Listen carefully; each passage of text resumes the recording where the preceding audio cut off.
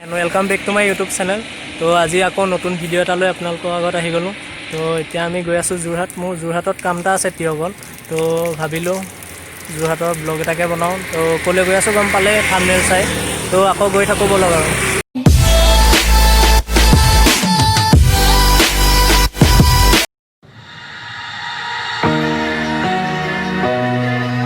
এতিয়া আমি গৈ আছোঁ মইনাপুৰীয়া নামঘৰ। এই নামঘৰ ভাগি যোৰহাট টাউনৰ পৰা প্ৰায় 12 কিলোমিটাৰমান দূৰ হয়। যোৰহাট জিলাৰ পূব প্ৰান্তত অৱস্থিত এই নামঘৰ ভাগিত বহুতো ভক্তপ্ৰাণ ৰাইজৰ সমাগম ঘটে আৰু এই নামঘৰ ভাগি এক মহিমামণ্ডিত নামঘৰৰূপেও জনা যায়। গৈ থাকোঁচোন বাৰু।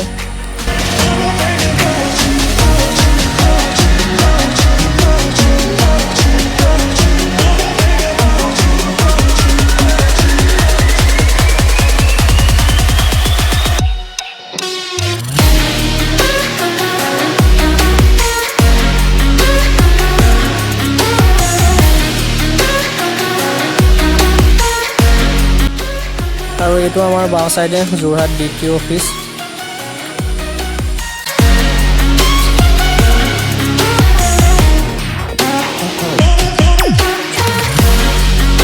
এতিয়া আমি মেইন মইনাপুৰীয়া নামঘৰৰ গেটখনেদি পাৰ হৈ আহিলোঁ আৰু এতিয়া প্ৰায় 1 কিলোমিটাৰমান আছেগৈ। ইতিহাস প্ৰসিদ্ধ ঢেকীয়াখোৱা বৰনামঘৰলৈ ইয়াৰ পৰা প্ৰায় 5 কিলোমিটাৰমান দূৰ হয়। তো যাম কেতিয়াবা, তালৈও যাম ঢেকীয়াখোৱা বৰনামঘৰলৈ।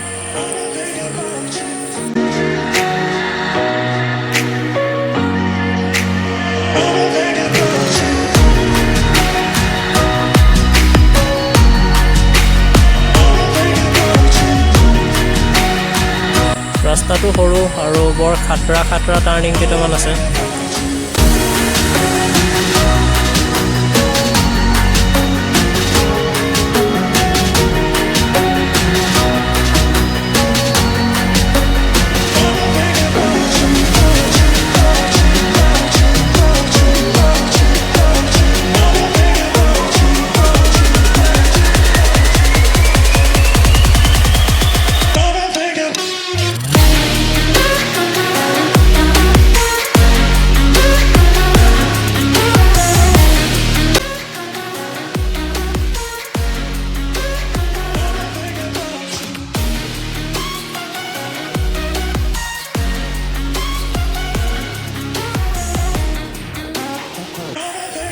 তো আমি মইনাপুৰীয়া নামঘৰ পাই গ'লোহি।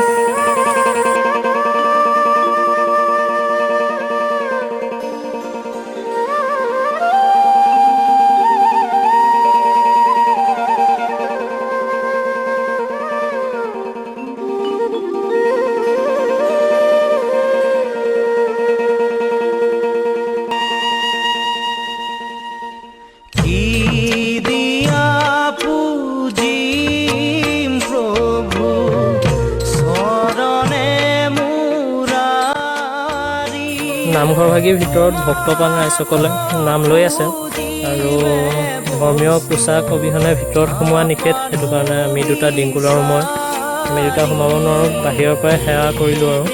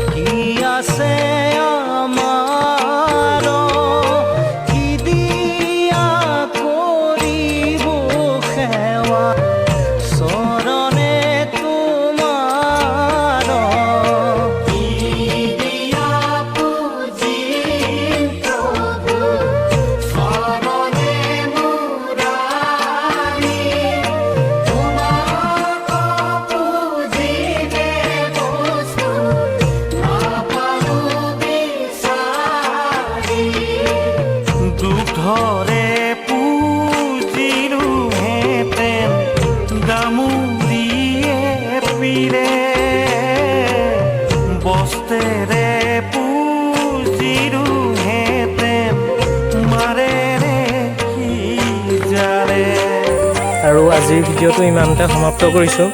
যদি ভিডিঅ'টো চাই ভাল পালে প্লিজ লাইক, কমেণ্ট, শ্বেয়াৰ আৰু ছাবস্ক্ৰাইব কৰি দিব। আজিলৈ বাই।